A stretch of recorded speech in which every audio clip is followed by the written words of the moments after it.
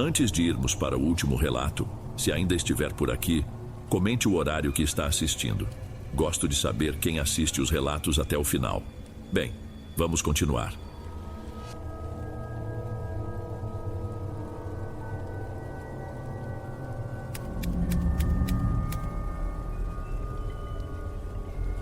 As pessoas têm a mania de achar que as histórias de terror mais assustadoras envolvem monstros, demônios com nomes difíceis ou casas com um histórico de 100 assassinatos.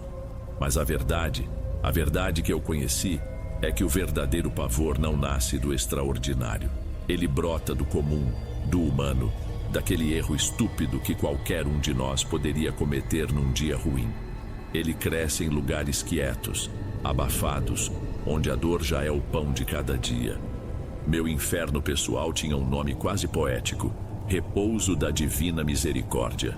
Um nome bonito para um lugar que não tinha nada de divino e muito menos de misericordioso. Eu fui para lá no começo de 2008. Tinha 26 anos e um buraco no peito do tamanho do mundo. Minha mãe tinha falecido fazia uns 6 meses. De um jeito rápido, um câncer que a levou em menos tempo do que a gente levou para entender o que estava acontecendo. E eu não soube lidar. Deixei o trabalho, parei de sair de casa e vivia numa espécie de neblina cinzenta, onde os dias se arrastavam sem cor e sem sentido. Foi uma tia minha, muito religiosa, que veio com a solução. Falou com meus avós, com meu pai, e convenceu todo mundo que eu precisava de um tempo longe de tudo, num lugar de paz, para me reconectar com Deus e comigo mesma. O tal repouso era de uma conhecida dela, uma mulher temente a Deus que ajudava moças e senhoras com problemas de espírito. A palavra depressão nunca foi dita, claro. Era sempre tristeza na alma, fraqueza espiritual. E eu, dopada de apatia, aceitei. Acho que no fundo qualquer lugar servia, desde que não fosse a minha própria casa, que cheirava a ausência. O lugar ficava longe, bem longe. Depois de umas 2 horas de asfalto, o carro do meu pai entrou numa estrada de terra vermelha que parecia não ter fim. O caminho era cercado por um mato alto e seco, e o sol de fevereiro castigava a lataria do carro. O Repouso da Divina Misericórdia era um casarão antigo, um dia talvez imponente, mas que agora parecia cansado.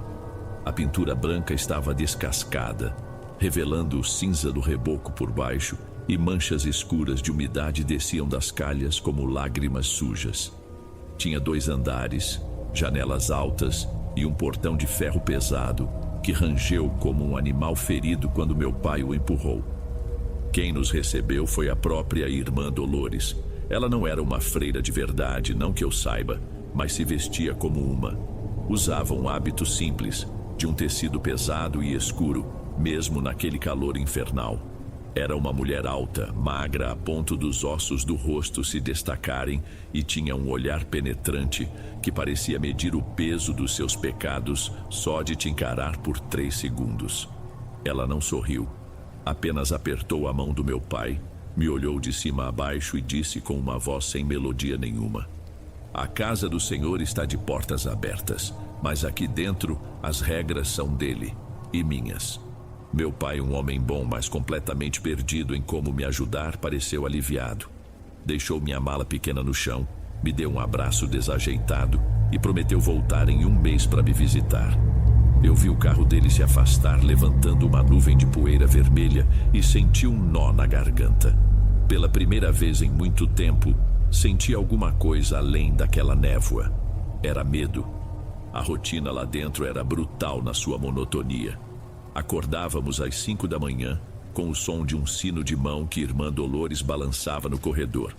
A primeira hora era de oração, de joelhos no chão frio de uma capela improvisada numa sala grande, onde o único luxo era um crucifixo de madeira escura na parede. O café da manhã era pão, margarina e um café ralo, comido em silêncio absoluto. Depois vinham as tarefas: limpar os banheiros, varrer os pátios, lavar a roupa de cama de todas as internas, cuidar da pequena horta nos fundos. Tudo sob o olhar vigilante da irmã Dolores, que se movia pela casa como um fantasma, aparecendo nos cantos quando a gente menos esperava. Qualquer conversa fora de hora, qualquer risada, era punida com um jejum de silêncio que podia durar um dia inteiro. Éramos 12 mulheres lá dentro, cada uma com sua própria névoa particular. Tinha a Dona Cleide, uma senhora de uns 60 anos que já estava ali há tanto tempo que parecia parte da mobília. Tinha a Carla, uma garota da minha idade que, segundo os boatos, tinha tentado se matar depois que o noivo a largou. E tinha as outras, rostos cansados e histórias que ninguém contava em voz alta. A gente se comunicava por olhares, por pequenos gestos. Um aceno de cabeça, um suspiro compartilhado durante a limpeza. Eram pequenas faíscas de humanidade num lugar que parecia feito para apagar qualquer uma delas. O meu quarto, que na verdade era um dormitório coletivo no segundo andar, tinha 6 camas de ferro, 3 de cada lado. O cheiro ali era uma mistura permanente de mofo, suor e o desinfetante barato com cheiro de pinho que a gente usava para limpar o chão. Fiquei com uma cama de cima perto da janela, que dava para um pedaço do matagal que cercava a propriedade. À noite, o único som era o dos grilos e, às vezes, o choro baixo e abafado de alguém em outro canto do quarto. Eu já estava lá há quase 2 meses. A névoa da minha tristeza não tinha se dissipado, mas tinha mudado de forma. Agora, ela era misturada com o tédio, a resignação e uma raiva baixa e constante daquele lugar. Eu contava os dias para a visita do meu pai. Foi então, numa tarde de quinta-feira, que ela chegou. Eu estava capinando um canteiro na horta, o sol queimando minha nuca, quando ouvi o rangido do portão. Um carro velho, um Fiat Uno branco e amassado, parou lá na frente. Um casal de mais idade, com rostos marcados pelo sol e pela preocupação, desceu acompanhando uma moça. Eles conversaram por um tempo com irmã Dolores, em voz baixa. A moça não dizia nada. Apenas olhava para o chão de terra batida, os braços cruzados na frente do corpo como se sentisse frio. Quando irmã Dolores a trouxe para dentro, ela passou por nós na horta. Eu a olhei de perto. Devia ter uns 30 anos, talvez um pouco mais. Era bonita, de um jeito sofrido. Tinha cabelos castanhos compridos, mas sem vida, e olhos muito verdes que pareciam vazios. Seu nome, a gente soube depois, era Silvia. Ela foi instalada na cama de baixo que ficava do outro lado do dormitório, na diagonal da minha. Desde o primeiro momento, ficou claro que Silvia era diferente. Se nós éramos ilhas de tristeza, ela era um continente inteiro de tormento. Não falava com ninguém. Nas refeições, mal tocava na comida. Passava horas sentada na beira da cama, encarando a parede descascada à sua frente, como se assistisse a um filme que só ela podia ver. Ela tinha um tique, uma mania de esfregar os dedos da mão direita uns nos outros, sem parar, como se tentasse limpar uma sujeira invisível. Irmã Dolores parecia ter uma atenção especial com ela. Não era uma atenção de cuidado, mas de vigilância. Às vezes, eu via a irmã parada na porta do dormitório, só observando Silvia em seu estado catatônico. A primeira coisa estranha aconteceu umas 2 semanas depois da chegada dela. Era madrugada, umas 2 ou 3 da manhã. Eu acordei com um som. Era um som baixo, metálico e ritmado. Um tim-tim, tim-tim, fraco, mas insistente. Parecia muito, mas muito mesmo, o som de uma campainha de bicicleta. Aquelas antigas, de metal. O som vinha de longe, talvez de fora da casa. Pensei que podia ser algum vigia de alguma propriedade vizinha. Sei lá. Ignorei e tentei voltar a dormir. Na noite seguinte o som voltou, mesma hora, mesmo ritmo, tim-tim, tim-tim. Dessa vez parecia um pouco mais perto, e junto com ele ouvi outra coisa, um ruído baixo de arrasto, um shh-clac, shh-clac, como se fosse uma corrente de metal raspando de leve no chão. Fiquei deitada, imóvel, apenas ouvindo. Olhei pelo quarto e todas as outras pareciam dormir. O som durou uns 5 minutos e depois parou.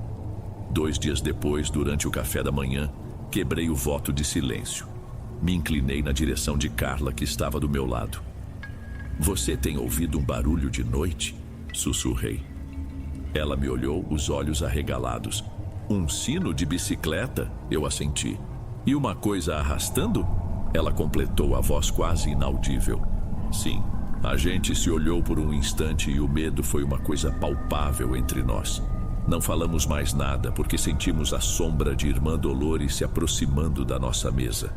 O som se tornou nosso companheiro noturno. Quase toda noite, lá pelas 2 da manhã, a sinfonia macabra começava. O sininho e a corrente. E agora tinha mais uma coisa. Um cheiro. Um cheiro estranho de terra molhada e ferrugem que invadia o dormitório junto com os barulhos. Era um cheiro forte que entrava pelo nariz e parecia grudar na garganta. Algumas das outras mulheres começaram a comentar. Falavam baixo nos cantos durante as tarefas. Todas ouviam, todas sentiam o cheiro, mas a reação mais intensa era a de Sílvia. Quando os sons começavam, o corpo dela na cama de baixo ficava completamente rígido. Ela se cobria da cabeça aos pés com o lençol fino e ficava ali, um casulo de pavor, sem se mexer até que tudo parasse. Ela nunca falou sobre isso, mas era óbvio que ela ouvia e sentia tudo com muito mais intensidade que nós. Um dia, durante a tarde, passei perto dela enquanto ela dobrava umas roupas de cama. O cheiro de terra e ferrugem estava impregnado nela como se fosse seu perfume. Senti um arrepio que não tinha nada a ver com o clima. A atmosfera na casa, que já era pesada, ficou quase irrespirável. A gente vivia num estado de tensão constante. Durante o dia, a opressão silenciosa de Irmã Dolores. Durante a noite, a expectativa dos sons e do cheiro. A falta de sono estava deixando todo mundo no limite. As mulheres estavam mais irritadiças, mais chorosas. Irmã Dolores, percebendo a agitação, aumentou a dose de orações e de tarefas. Para ela, era o diabo tentando nossas almas. A coisa chegou no seu auge numa noite de tempestade. Chovia muito forte, o vento batia nas janelas e os relâmpagos iluminavam o dormitório em flashes rápidos e assustadores. Naquela noite, os sons não começaram. Em vez disso, o que nos acordou foi um grito.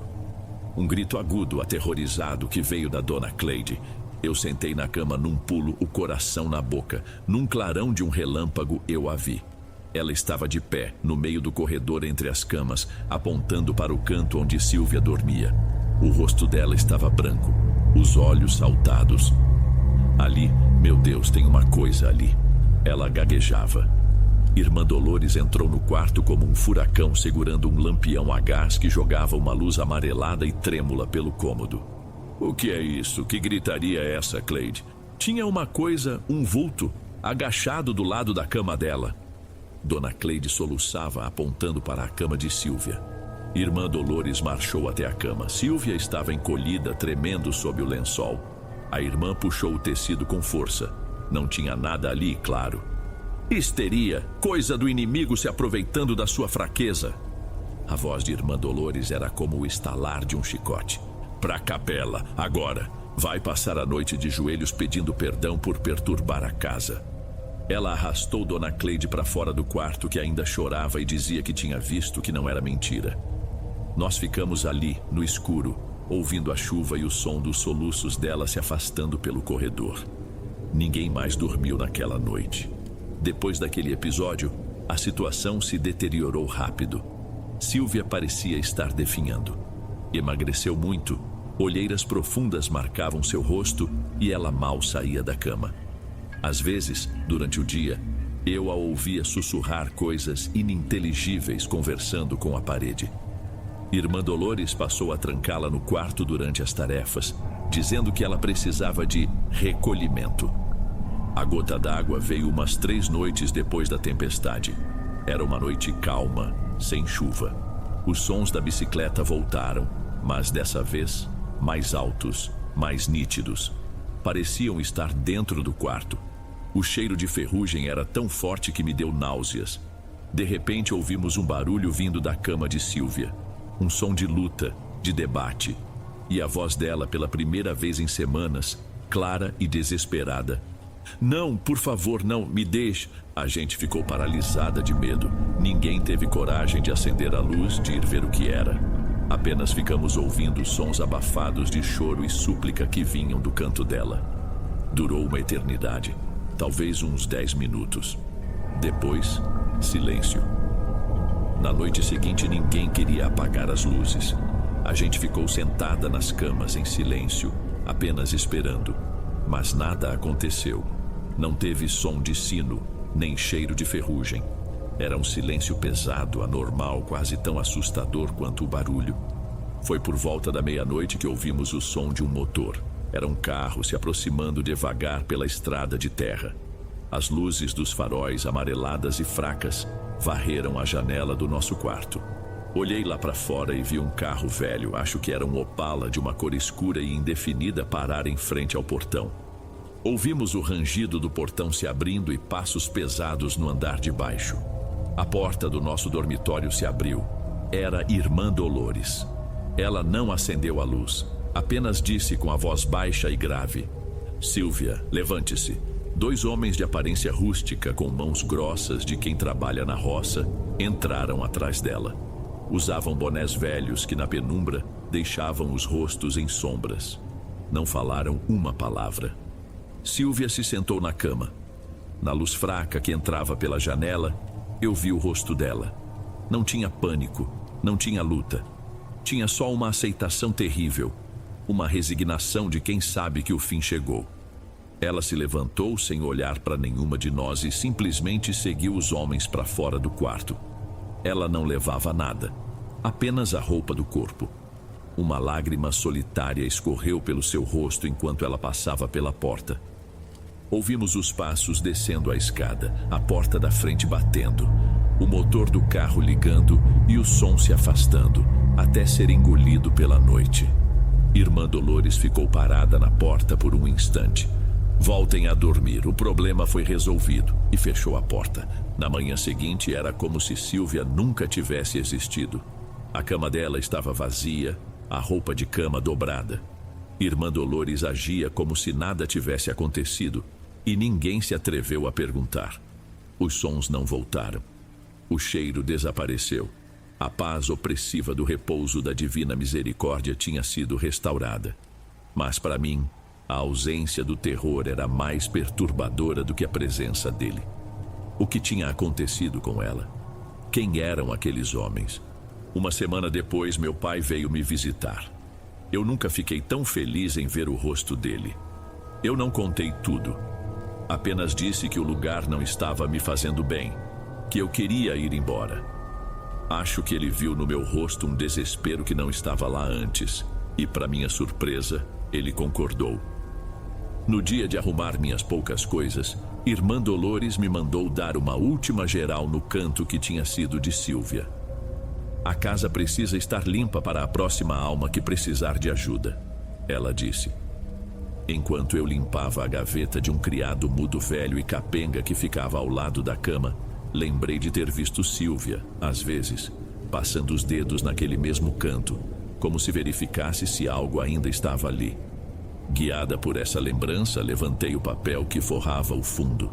Era um recorte de jornal, amarelado, dobrado várias vezes até ficar do tamanho de uma caixa de fósforos. Eu desdobrei o papel com as mãos trêmulas. Era a página policial de um jornal de alguma cidade pequena da região. A data era de uns 4 meses atrás. A manchete me gelou por dentro. "Jovem ciclista morre em acidente e motorista foge sem prestar socorro." Eu li a matéria inteira, o coração batendo descompassado. O texto falava de um rapaz de 16 anos que voltava para casa de bicicleta à noite numa estrada vicinal sem iluminação. Tinha sido atingido por um carro em alta velocidade. O motorista não parou. O rapaz foi encontrado na manhã seguinte por um fazendeiro. A matéria terminava com uma nota que fez todo o ar sumir dos meus pulmões.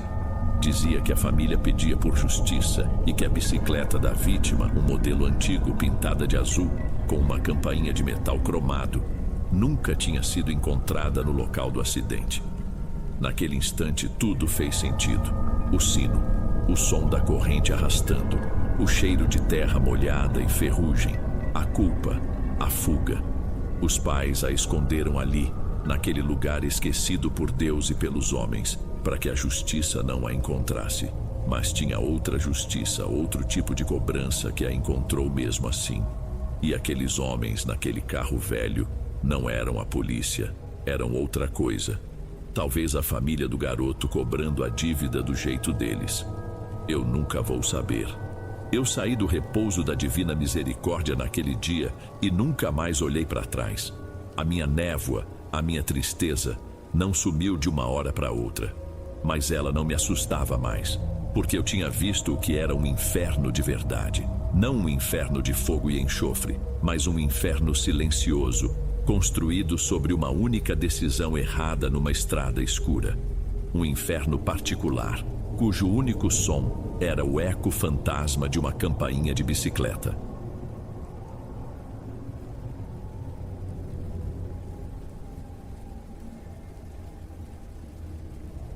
Ei pessoal, obrigado por ouvirem. Clique no sininho de notificações para ser alertado de todas as futuras narrações. Lanço vídeos novos todos os dias por aqui. Espero te ver nos próximos. Agora na tela vou deixar outros 2 bons vídeos que sei que irão gostar. Te vejo por lá.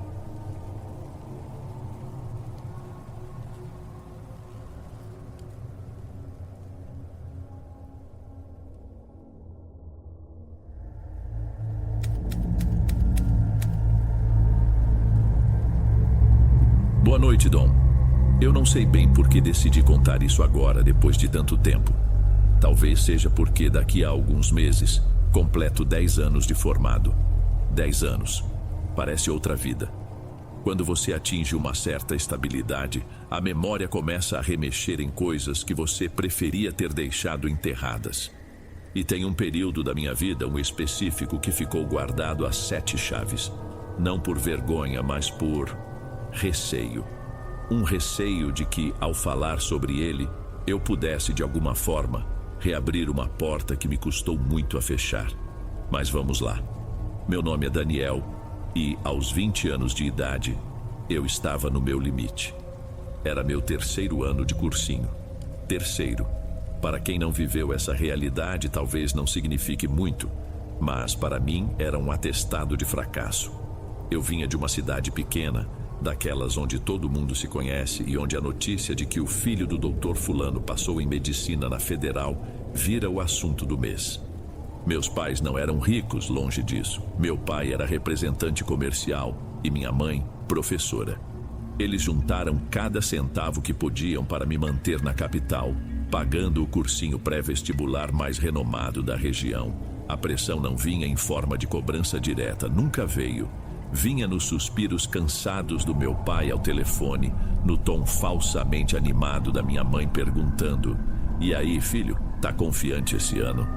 Nos 2 primeiros anos eu morei num pensionato de uma senhora evangélica, Dona Célia. Era um lugar limpo, organizado e mortalmente silencioso. O problema é que a rigidez dela me sufocava. Sem visitas, horário para chegar, luzes apagadas às 10 da noite. Como eu ia estudar para uma prova como a de medicina com o quarto escuro às 10 da noite? No 3º ano, eu não aguentei. Bati o pé e disse aos meus pais que precisava de um lugar só meu, ou pelo menos com mais liberdade. A verdade é que meu desempenho tinha caído. Eu estava exausto, desmotivado. Aquele silêncio do pensionato só amplificava a voz na minha cabeça que dizia que eu era uma fraude, que nunca ia conseguir. A solução veio na forma de um anúncio pregado no mural do próprio cursinho. Vaga em República Mista, ambiente focado nos estudos, preço acessível. O preço era de fato o maior atrativo. Era quase metade do que meus pais pagavam para a Dona Célia. Liguei na mesma hora. Quem atendeu foi um cara com uma voz arrastada de quem acabou de acordar. Era o Flávio. Ele me explicou que a casa era enorme, um sobrado antigo, e que moravam 5 pessoas lá, todas estudantes. A vaga era para um quarto individual, o que me pareceu um luxo. Marquei de visitar no dia seguinte. A casa ficava a umas 15 ou 20 quadras do cursinho. Era uma rua residencial, arborizada, mas o imóvel em si parecia deslocado. Era um casarão velho, com a pintura descascada e um pequeno jardim na frente que estava tomado por mato. Tinha um ar de abandono de algo que viveu dias melhores há muito, muito tempo. Toquei a campainha, que não funcionou. Bati na porta de madeira maciça e depois de 1 minuto, o tal Flávio abriu. Ele era mais velho do que eu imaginava, devia ter uns 28, 30 anos. Magro, com olheiras profundas e um jeito de se mover que era ao mesmo tempo lento e agitado. Ele já estava na faculdade, cursava engenharia civil. Era o que o pessoal chama de veterano, o responsável informal pela República. E aí, Daniel, né? Entra aí. A casa por dentro era ainda mais cavernosa do que parecia por fora. O pé direito era altíssimo, o que dava uma sensação de vazio. Os móveis da sala eram uma colcha de retalhos de doações e coisas achadas na rua. Um sofá rasgado num canto, uma estante de metal torta cheia de livros e apostilas velhas. O ar era pesado, com um cheiro que misturava mofo, poeira e o café requentado que vinha da cozinha. Era o oposto exato do pensionato da Dona Célia. E por incrível que pareça, eu senti um alívio. Aquilo era real. Era um lugar de gente que estava na batalha, não um santuário de regras. A galera tá toda no cursinho ou na faculdade agora, disse Flávio coçando a cabeça. A casa fica mais cheia à noite, mas o barulho é só na cozinha. A gente respeita o silêncio nos quartos. Ele me mostrou o resto da casa. 2 quartos no térreo, um banheiro, a cozinha e uma área de serviço nos fundos com uma máquina de lavar que parecia um trator. Subimos uma escada de madeira que rangia a cada passo. No andar de cima havia mais 3 quartos e outro banheiro. Os 2 da frente já estão ocupados, a vaga é essa aqui. Ele parou em frente à última porta do corredor, a porta do quarto do fundo. Era o único quarto que não ficava de frente para a rua. A janela, pequena e alta, dava para o telhado da casa vizinha. O quarto era pequeno, quase um cubículo. Cabia uma cama de solteiro, uma escrivaninha velha de metal e um guarda-roupa embutido com as portas que não fechavam direito. Era meio sombrio, mesmo com a luz acesa, mas era individual. Era meu. É meio pequeno, mas é o mais silencioso de todos, comentou Flávio como se lesse minha mente. Ninguém passa aqui no corredor, então é paz total para estudar. Eu não pensei 2 vezes, a paz era tudo o que eu precisava. Fechei negócio com ele ali mesmo. Me mudei no fim de semana seguinte. Os primeiros dias foram de adaptação. Conheci os outros moradores, todos na mesma faixa de idade que eu, todos na mesma luta. A rotina era brutal. Eu saía de casa às 7 da manhã e só voltava depois das 10 da noite, depois do último período de aulas e da sessão de estudos na biblioteca do cursinho. Em casa era mais um banho, um sanduíche e mais estudo até meus olhos arderem. Eu dormia 4, 5 horas por noite. E o quarto do fundo, de fato, era silencioso. Um silêncio quase absoluto, que no começo eu adorei. O problema começou umas 3 semanas depois da minha mudança. Numa noite de terça-feira, eu estava debruçado sobre uma lista de exercícios de química orgânica, uma matéria que sugava minha alma. Era quase 2 da manhã. A casa estava mergulhada no silêncio que eu tinha aprendido a apreciar. Foi quando eu ouvi um som baixo, quase imperceptível. Um risque, risque, risque. Parei de respirar para tentar identificar. Parecia vir de dentro do meu próprio quarto. Verifiquei tudo. A janela estava fechada, nenhuma goteira. Olhei debaixo da cama. Nada. O som parou. Dei de ombros. Cansaço, pensei. Você está tão cansado que está ouvindo coisas. Voltei para a minha lista de exercícios. Minutos depois, o som retornou. Risque, risque, risque. Era um som seco, repetitivo. Parecia o som de uma ponta de caneta ou lápis riscando um papel com força. Só que não havia papel, nem caneta, além das minhas.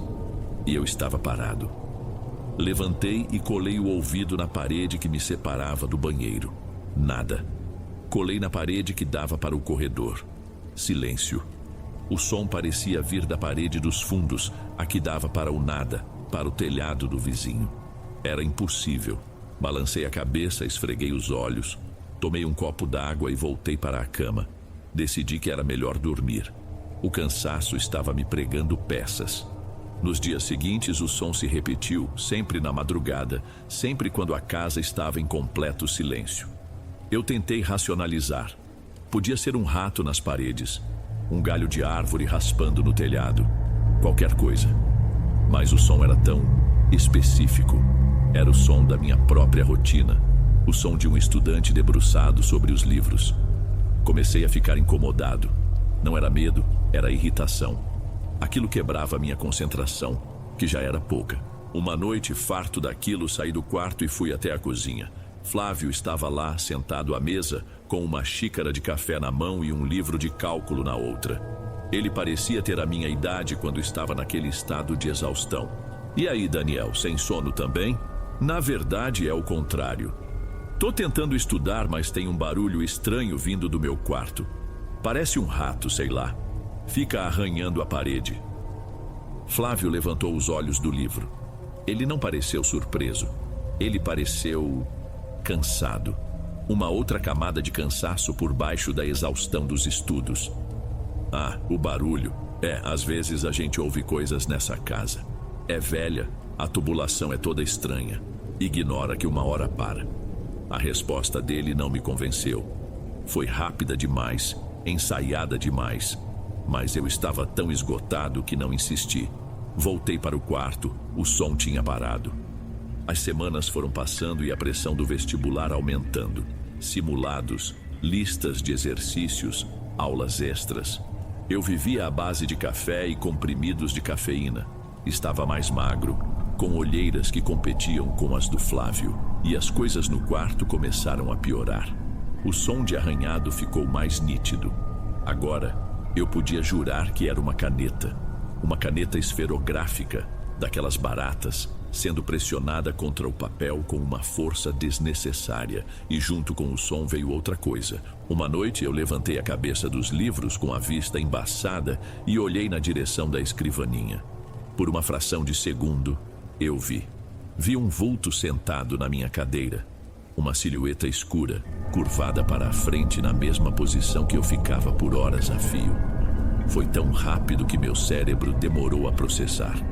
Pisquei e não havia nada ali. A cadeira estava vazia. Meu coração deu um pulo dentro do peito. Desta vez, não era só um som. Eu tinha visto algo. Levantei, acendi a luz do teto, olhei em volta. Nada. Absolutamente nada. É o sono, eu disse a mim mesmo em voz alta. Você precisa dormir, Daniel. Mas o sono não vinha mais com facilidade. Eu me deitava e ficava esperando o som começar. E ele sempre começava. Risque, risque, risque.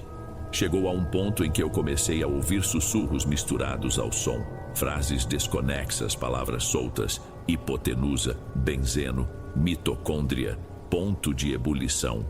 Eram fragmentos das matérias que eu estudava o dia inteiro, mas a voz não era a minha.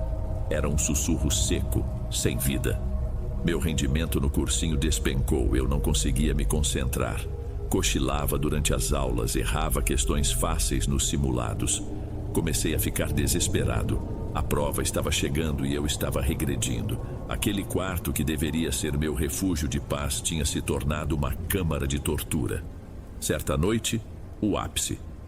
Eu tinha tomado 3 comprimidos de cafeína para tentar varar a madrugada estudando para um simulado geral, que aconteceria no dia seguinte. Por volta das 3:30 da manhã, o som da caneta começou mais alto e mais frenético do que nunca, e os sussurros também. A nota de corte. Tem que passar, não vai dar. A nota de corte. A frase se repetia, de novo e de novo. Eu não aguentei. Num impulso de raiva e desespero, eu dei um soco na escrivaninha. Para! Gritei para o quarto vazio. O som cessou no mesmo instante. Um silêncio pesado tomou conta do lugar. E nesse silêncio, eu senti uma mudança na atmosfera. O ar ficou gelado. E eu soube, com uma certeza que não vinha da lógica, que eu não estava sozinho. Virei a cabeça lentamente na direção da cadeira. Ele estava lá.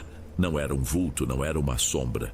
Eu o vi com clareza, sob a luz amarelada do meu abajur. Sentado na minha cadeira, de costas para mim, estava um rapaz. Ele usava uma camiseta surrada e calça jeans. Era magro, com os ombros curvados para a frente. A cabeça estava baixa, como se ele estivesse lendo algo na escrivaninha. E ele estava tremendo. Um tremor fino, constante. Fiquei paralisado, meu corpo inteiro congelou. Eu não conseguia gritar, não conseguia me mover. Tudo o que eu podia fazer era olhar para as costas daquele estranho sentado na minha cadeira, no meio da madrugada. Ele não parecia notar minha presença. Continuava ali, tremendo, como se estivesse preso num momento só seu. Não sei quanto tempo fiquei assim. Segundos, minutos. Pareceu uma eternidade. Então, lentamente, muito lentamente, ele começou a levantar a cabeça. Eu vi seu cabelo escuro e desgrenhado se mover. E eu sabia que se ele se virasse, se eu visse o rosto dele, alguma coisa terrível aconteceria. Algo dentro de mim se quebraria para sempre. Esse pensamento me deu forças. Com um grito engasgado, eu me joguei para trás, caí da cama e me arrastei para fora do quarto, de quatro, sem olhar para trás. Corri pelo corredor escuro, desci as escadas tropeçando nos degraus e invadi a cozinha onde a luz estava acesa. Flávio estava lá no mesmo lugar de sempre com seu café e seu livro. Ele levantou a cabeça quando me viu entrar, pálido, suando e sem fôlego. O olhar dele mudou. O cansaço deu lugar a uma expressão de pena e reconhecimento. "Você viu, não foi?" Eu não consegui responder, apenas assenti com a cabeça, tremendo tanto quanto o rapaz no meu quarto. "Senta aí", disse ele com a voz baixa. "Vou passar um café para você." Ele se levantou, pegou outra xícara e começou a preparar o café, tudo com movimentos lentos, como se soubesse que aquele momento chegaria. Ele me entregou a xícara fumegante. Minhas mãos tremiam tanto que o líquido quase derramou. "Desculpa", disse ele sem me olhar. "Eu devia ter te avisado. A gente evita falar para não assustar quem chega, mas com você, parece que foi mais forte." "O que era aquilo, Flávio? Quem era aquele cara?" Ele suspirou, um suspiro que parecia carregar o peso do mundo. Sentou-se na minha frente. O nome dele era Giovanni. Flávio começou a contar a história. Giovanni tinha morado na República uns 4, talvez 5 anos antes. Era de uma cidade ainda menor que a minha, de uma família muito humilde. O sonho dele era passar em medicina, assim como eu, e ele era brilhante. Um dos caras mais inteligentes que Flávio já tinha conhecido. Mas ele era obcecado. Não era só esforçado, era doentio. Ele não dormia, Daniel. A gente via a luz do quarto dele acesa a noite toda. Ele se entupia de tudo que era porcaria para ficar acordado. Guaraná em pó, café, comprimidos. Ele só falava de estudo, de nota de corte, de concorrência. A gente tentava chamar ele para sair para tomar uma cerveja, mas ele nunca ia. Dizia que era perda de tempo. Giovanni morava no mesmo quarto, o quarto do fundo. Ele dizia que era o melhor, o mais silencioso. No primeiro ano, ele bateu na trave. Faltaram poucos pontos. No segundo, a mesma coisa. A cada resultado negativo, ele ficava pior, mais fechado, mais frenético. Ele começou a falar sozinho. A gente ouvia ele do corredor repetindo fórmulas, datas históricas e o som da caneta. A noite toda. Aquele risque, risque, risque. A gente se acostumou. Era só o Giovanni estudando. No terceiro ano dele, a coisa desandou de vez. Ele emagreceu tanto que parecia um esqueleto. As olheiras iam até o meio do rosto. Ele começou a ter surtos, crises de choro no meio da madrugada, seguidas de acessos de raiva onde ele socava a parede. Ele estava se desfazendo na nossa frente e a gente não soube o que fazer. Ninguém sabia. Uma semana antes da prova, ele surtou de vez. O dono da casa veio aqui cobrar um aluguel atrasado e ouviu os gritos. Entrou no quarto. Disse que o Giovanni estava sentado no chão, no escuro, tremendo e falando coisas sem sentido. As paredes do quarto estavam todas riscadas com fórmulas e palavras. Ele tinha escrito nas paredes com a ponta de um clipe. A família foi chamada, levaram o Giovanni embora. Ele foi internado numa clínica psiquiátrica. E depois? Perguntei com a voz fraca. Ninguém sabe ao certo. A família cortou contato. O que se diz é que ele nunca se recuperou, que ficou preso naquele estado, revivendo a pressão, a véspera da prova, para sempre. Ficamos em silêncio por um longo tempo, apenas o som da geladeira velha funcionando. Ele não é mau, Daniel, disse Flávio por fim. Ele não quer te machucar. Ele só está lá, revivendo o próprio inferno. A gente acha que ele deixou um pedaço dele naquele quarto. Uma impressão, uma energia, sei lá o nome que se dá para isso. De vez em quando, alguém mais sensível ou alguém que está no mesmo estado de estresse que ele estava, acaba vendo, acaba sentindo. Eu entendi tudo. O som da caneta, os sussurros, a figura curvada. Não era um fantasma no sentido clássico da palavra. Era uma memória, um eco de dor tão profundo que tinha manchado o próprio espaço físico. E eu, com meu próprio desespero, minha própria exaustão, tinha de alguma forma sintonizado naquela mesma frequência. Não dormi mais no quarto. Naquela noite arrastei um colchão para a sala e dormi lá. Nos dias seguintes, Flávio trocou de quarto comigo. Ele era mais velho, mais calejado. Ele disse que com ele as coisas eram mais fracas, que ele raramente sentia algo. Fiquei com o antigo quarto dele de frente para a rua, com o barulho dos carros passando. Foi a melhor noite de sono que tive em meses. Fiz o simulado no dia seguinte e fui um desastre. Mas, pela primeira vez, eu não me importei tanto. Havia coisas piores do que não passar no vestibular. Muito piores. Passei as últimas semanas antes da prova final estudando na biblioteca, na casa de colegas, em qualquer lugar, menos na República. Eu só voltava para dormir. Prestei o vestibular sem a confiança dos anos anteriores, mas com uma estranha calma. Contra todas as expectativas, eu passei. Não em medicina, não na federal. Passei em fisioterapia numa boa faculdade particular, com uma bolsa parcial que consegui por causa da minha nota. Meus pais ficaram felizes. Eu fiquei aliviado. Senti como se um peso enorme tivesse sido tirado das minhas costas. Mudei da República assim que as aulas começaram. Nunca mais voltei àquela rua. Flávio e eu mantivemos contato por um tempo, mas a vida nos afastou. Soube que ele se formou e voltou para a cidade dele. Hoje, como eu disse, sou fisioterapeuta, tenho minha clínica, minha vida, mas às vezes, quando estou trabalhando até tarde, sozinho no consultório com a cidade em silêncio, eu ouço. É baixo, quase imperceptível. Risque. E eu sei que é só a minha cabeça. Mas por um instante eu sinto o cheiro de mofo daquela casa e vejo a imagem de um rapaz curvado sobre uma escrivaninha, tremendo, preso para sempre na véspera de uma prova que nunca mais vai conseguir fazer. E rezo para que onde quer que ele esteja, ele tenha encontrado um pouco de paz. Uma paz que naquele quarto ele nunca teve.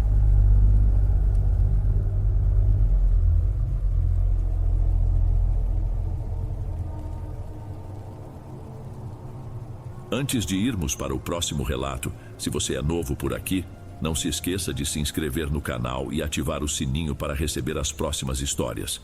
Sua presença é importante e seu apoio é essencial. Bem, vamos continuar.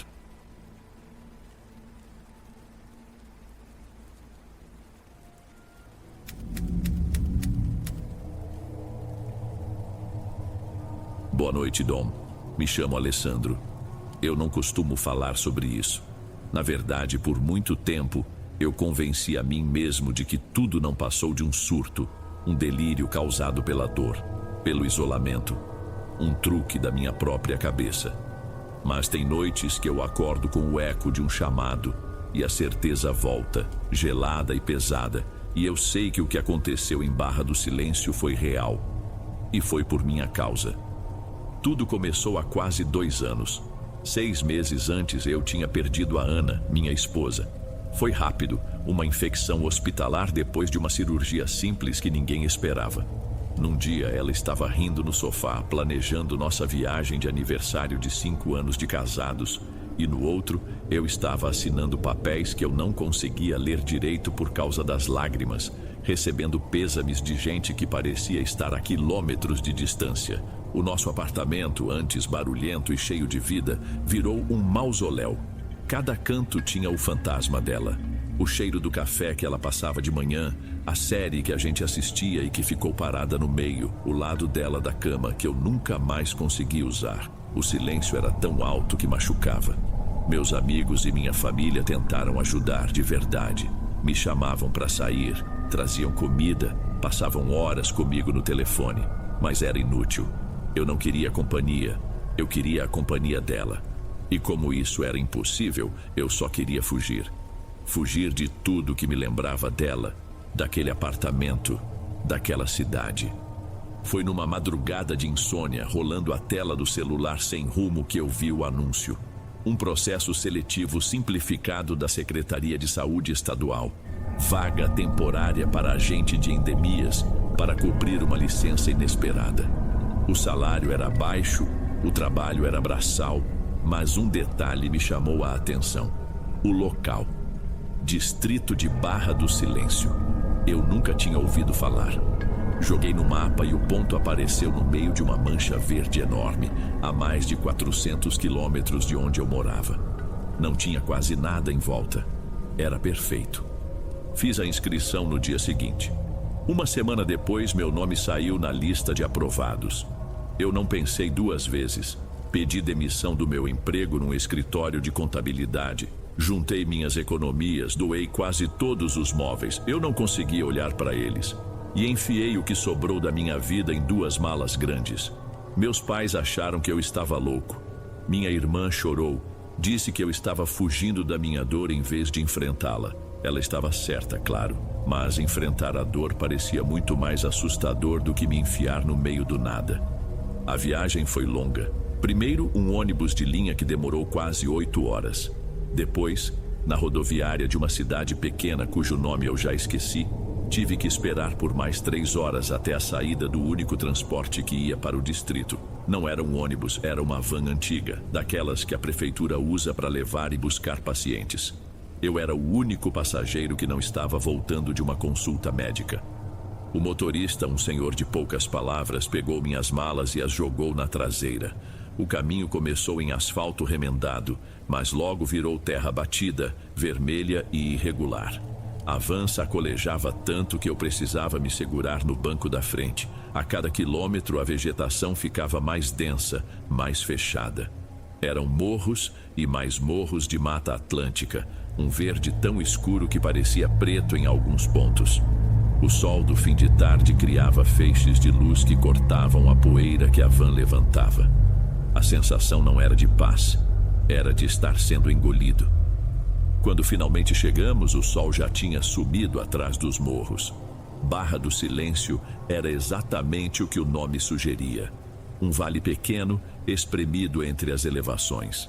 Algumas dezenas de casas simples, a maioria de alvenaria sem reboco, espalhadas ao longo de 2 ou 3 ruas de terra. Uma igrejinha branca e um campo de futebol com as traves de madeira tortas. E silêncio. Um silêncio profundo, pesado, que o som da van desligando só fez aumentar.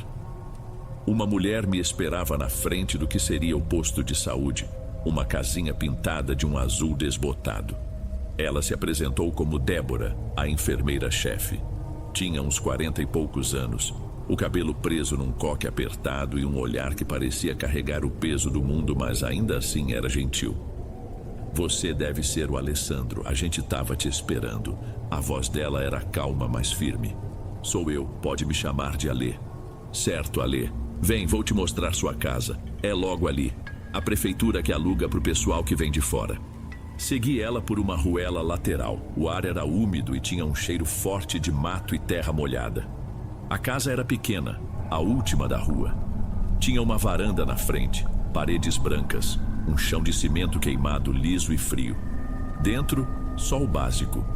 Uma cama de solteiro com um colchão fino, uma mesa de madeira com 2 cadeiras, um fogão de 2 bocas com um botijão de gás do lado e uma geladeira antiga que fazia um barulho constante. É simples, mas é limpo. Amanhã cedo você passa lá no posto para eu te entregar o material e o mapa do setor. O trabalho começa às 8. Obrigado, Débora. Não por isso. Qualquer coisa, minha casa é aquela ali, a de Portão Verde. Mas ó, ela fez uma pausa, me olhando de um jeito estranho. A farmácia do posto fecha às 5. Se precisar de algo depois disso, vai ter que esperar o dia seguinte. A gente aqui se recolhe cedo.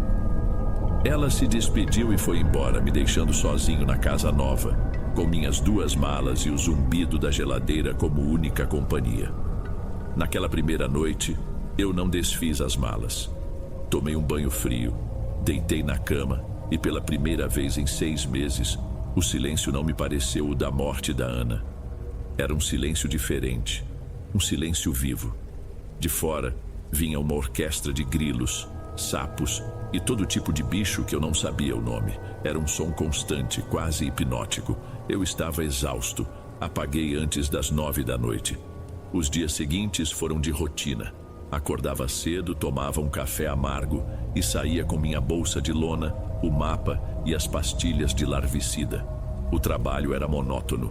Bater de casa em casa, pedir licença para entrar no quintal, verificar vasos de planta, calhas, caixas d'água, qualquer coisa que pudesse acumular água. As pessoas eram, na maioria, reservadas. Respondiam com monossílabos, me observavam com uma curiosidade quieta. Eram poucas famílias e em uma semana eu já conhecia quase todos de vista. Eles eram educados, mas distantes. Ninguém perguntava muito sobre minha vida e eu agradecia por isso. Eu era o moço da dengue, uma figura funcional que aparecia e desaparecia. As noites continuavam sendo a parte mais difícil. O trabalho me cansava fisicamente, mas a mente não parava. Eu tentava ler, mas meus olhos se perdiam nas páginas. Colocava música no celular, mas cada canção de amor era uma facada. As fotos da Ana eu não conseguia apagar. Às vezes, passava horas olhando para a tela, para o sorriso dela, sentindo a mesma dor fresca do primeiro dia. A solidão que eu tanto busquei começou a me sufocar. Era diferente da solidão da cidade grande, onde você pode se distrair com barulho e movimento. Ali, a solidão era pura, densa, sem escapatória. Foi numa tarde de quinta-feira, umas 3 semanas depois da minha chegada, que aconteceu a primeira coisa estranha. Eu estava na casa de uma senhora chamada Eunice, a mais idosa do vilarejo, todo mundo dizia. A casa dela era impecável, cheia de plantas em vasos de barro e um cheiro de bolo de fubá no ar. Depois que verifiquei o quintal minúsculo e não encontrei nada, ela insistiu para que eu entrasse e aceitasse um café. Senta um pouco, meu filho, deve estar cansado de andar nesse sol. A voz dela era trêmula, mas os olhos eram vivos, espertos. Sentei na cadeira de madeira na cozinha dela e ela me serviu uma xícara de café forte e uma fatia generosa do bolo. Conversamos um pouco. Ela perguntou de onde eu era, se eu estava gostando dali. Respondi de forma vaga, disse que estava me adaptando. O jeito dela era acolhedor, o mais perto de um carinho que eu tinha recebido desde que cheguei. Quando terminei o café e me levantei para ir embora, ela segurou meu braço. A mão dela era pequena e ossuda, mas o aperto foi firme. Alê, né? Sim, dona Eunice. Ela me olhou nos olhos e o semblante dela mudou.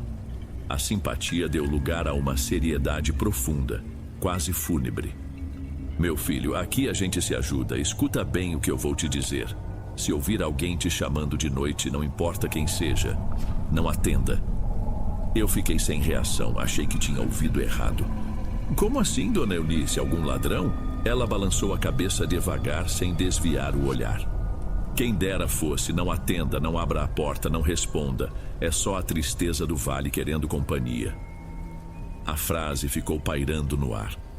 A tristeza do vale. Aquilo não fazia sentido nenhum, mas o jeito que ela falou me causou um desconforto que eu não sabia explicar. Agradeci de novo pelo café e saí dali meio atordoado. Caminhei de volta para minha casa pensando naquilo. Obviamente era só uma superstição, uma lenda local para assustar os mais novos. Eu era um homem cético, trabalhava com fatos, com ciência, mas as palavras dela, não importa quem seja, ficaram ecoando na minha cabeça. A vida continuou, o trabalho, a solidão, as noites mal dormidas. Eu até mencionei o que a dona Eunice disse para Débora no posto de saúde. Ela só deu de ombros e forçou um sorriso. Ah, o pessoal mais antigo tem muita história, não esquenta com isso, só tranca a porta de noite, que é o que todo mundo faz em qualquer lugar. Eu tentei não esquentar, mas comecei a reparar mais nas coisas. O vilarejo realmente morria quando o sol se punha. Não se via uma alma na rua depois das 7 da noite. As janelas se fechavam, as luzes se apagavam. Só ficava o som dos bichos e a escuridão. Um mês se passou, era um sábado. O dia tinha sido particularmente ruim. A data seria o aniversário da Ana. A dor veio com força total, um soco no estômago que me deixou sem ar. Passei o dia inteiro trancado em casa, remoendo cada lembrança. À noite, para tentar aplacar a angústia, abri uma garrafa de cachaça que tinha comprado na única venda do distrito. Bebi um copo, depois outro. O álcool não ajudou. Só deixou a tristeza mais melada, mais pegajosa. Eu estava sentado na cadeira da cozinha, olhando para uma foto nossa no celular, quando percebi o som, ou melhor, a falta dele. A orquestra de grilos e sapos tinha parado. De repente, não foi diminuindo, simplesmente cessou. O silêncio que se instalou era diferente do silêncio normal dali. Era um silêncio de vácuo, pesado, antinatural, como se o mundo inteiro tivesse prendido a respiração. Foi quando eu ouvi. Primeiro foi baixo, quase um sussurro no vento. Eu achei que era a cachaça, minha mente pregando peças. Fiquei parado, segurando o copo, o coração começando a bater mais rápido. E então veio de novo, mais claro, inconfundível. Alê, era a voz dela, era a voz da Ana. Meu corpo inteiro gelou. Não era uma lembrança, era um som vindo de fora da casa. Soltei o copo que caiu no chão e se espatifou, mas eu nem ouvi o barulho. Fui andando devagar até a janela da sala, minhas pernas tremendo. Olhei pela fresta da cortina. A escuridão lá fora era completa, mais densa do que o normal. Não dava para ver nada. Amor, abre para mim. A voz estava mais perto agora, bem do lado de fora da porta. Meu cérebro gritava que era impossível, que era loucura, que eu estava bêbado e de luto e minha cabeça estava criando aquilo. Mas meu coração se encheu de uma esperança tão dolorosa, tão terrível, que eu comecei a chorar. E se fosse verdade? E se por algum milagre, por alguma coisa que eu não entendia, ela estivesse ali? Eu tô com frio, Alê, por que você me deixou aqui fora? Cada palavra era uma punhalada. Era o jeito dela falar, o tom de manha que ela fazia quando queria alguma coisa. Eu caminhei até a porta, a mão suando, a respiração presa na garganta. As palavras da dona Eunice vieram à minha mente. Não importa quem seja. Mas e se fosse ela? Como eu poderia não abrir? Coloquei a mão na maçaneta, estava gelada. Toque, toque, toque. Uma batida na porta. Não era uma batida forte de quem quer arrombar. Era uma batida leve, ritmada, paciente.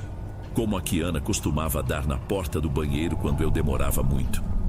Eu voltei para você, meu amor, é só abrir. A voz era um sussurro agora, como se ela estivesse com os lábios colados na madeira. Eu conseguia sentir a vibração das palavras na ponta dos meus dedos, que ainda estavam na maçaneta. Eu fechei os olhos. A imagem da Ana sorrindo veio com força total. A saudade era uma dor física, insuportável. Eu precisava que aquilo fosse real. Eu queria que fosse real mais do que qualquer coisa no mundo. Girei a chave, destranquei a porta e foi a última coisa de que me lembro. Acordei com o sol batendo no meu rosto.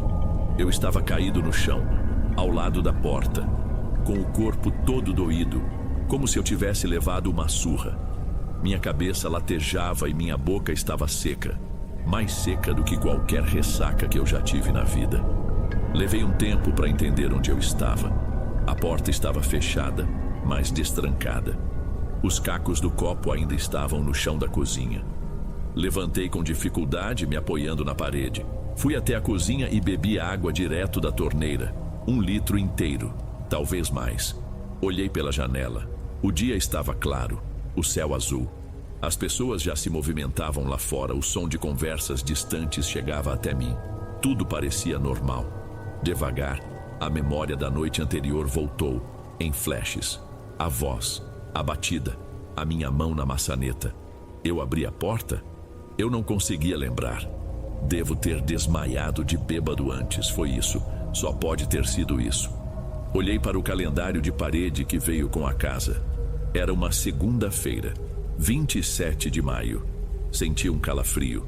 Sábado tinha sido dia 25. Eu tinha perdido um dia inteiro. O domingo tinha simplesmente desaparecido da minha vida. Antes que eu pudesse processar o pânico que começou a borbulhar no meu peito, ouvi uma batida na porta. Uma batida de verdade, forte, urgente. Meu coração deu um salto. Recuei instintivamente. Alê, é a Débora, abre aqui. Relutante, eu abri a porta. Débora estava parada na minha varanda e o rosto dela estava pálido, os olhos arregalados de preocupação. Ela não sorriu. Alê, você precisa arrumar suas coisas, agora. O quê? Por quê? O que aconteceu? A ordem veio de cima, Alê. Disseram que é uma emergência familiar, mas não deram detalhes. Pediram sua transferência imediata. O carro da prefeitura já está vindo te buscar para te levar até a rodoviária. Familiar, problema? Eu não estava entendendo nada. Minha família estava bem. Eu tinha falado com minha mãe na sexta. Débora, que história é essa? Ninguém me ligou. Ela não me olhou nos olhos. Desviou o olhar para a rua. A ordem veio de cima, Alê. Não discute, por favor. Só arruma suas coisas. O motorista não pode esperar. A urgência na voz dela era real. Tinha algo muito errado. Mas eu estava tão confuso, tão quebrado física e mentalmente, que não tive forças para discutir. Voltei para dentro e comecei a jogar minhas roupas de qualquer jeito dentro das malas. Enquanto dobrava uma camiseta, olhei para a porta de entrada. Na parte de fora, perto da maçaneta, havia um arranhão comprido na madeira. Um arranhão que eu tinha certeza que não estava lá antes. E no chão de terra batida da varanda, bem em frente à porta, a terra parecia afundada, remexida, como se alguém tivesse ficado parado ali por muito, muito tempo. Em menos de 15 minutos, eu estava pronto. Débora me esperou do lado de fora. Quando saí com as malas, a van da prefeitura já estava parada na frente da casa, com o mesmo motorista silencioso da minha chegada ao volante. Alguns moradores que passavam na rua pararam para olhar. Seus rostos não demonstravam curiosidade, mas uma espécie de pena, um alívio triste. Quando eu estava colocando a última mala na traseira da van, um homem que eu só conhecia de vista, um lavrador chamado João, se aproximou. Ele não disse uma palavra, apenas estendeu a mão e colocou uma coisa na minha. Fechou meus dedos em volta do objeto e deu um aperto firme. Depois se virou e foi embora. Abri a mão. Era um saquinho pequeno de pano, amarrado com uma fita vermelha. Cheirava a ervas, um cheiro forte de arruda e guiné. Entrei na van. Débora apenas acenou com a cabeça um adeus mudo. O motorista deu a partida e nós começamos a nos afastar. Olhei pelo vidro traseiro e vi Barra do Silêncio ficando para trás. Um vilarejo pacato e ensolarado no fundo do vale. Tão normal, tão tranquilo. Eu nunca mais voltei. Pedi exoneração do cargo assim que cheguei na minha cidade. Nunca soube como eles souberam. Como Débora soube que precisava me tirar de lá com urgência. Como João soube que eu precisava daquele amuleto. Nunca entendi o que era a tristeza do vale que a dona Eunice falou. Se era um espírito, uma entidade ou só uma lenda que ganhou vida na minha cabeça de luto. Mas às vezes, no silêncio do meu apartamento, que agora parece seguro e não mais vazio, eu ainda consigo ouvir. Um eco fraco, distante. A voz da Ana, me chamando para abrir a porta. E eu sei, com uma certeza que me arrepia a alma, que se eu tivesse ficado em Barra do Silêncio por mais uma noite, eu teria atendido.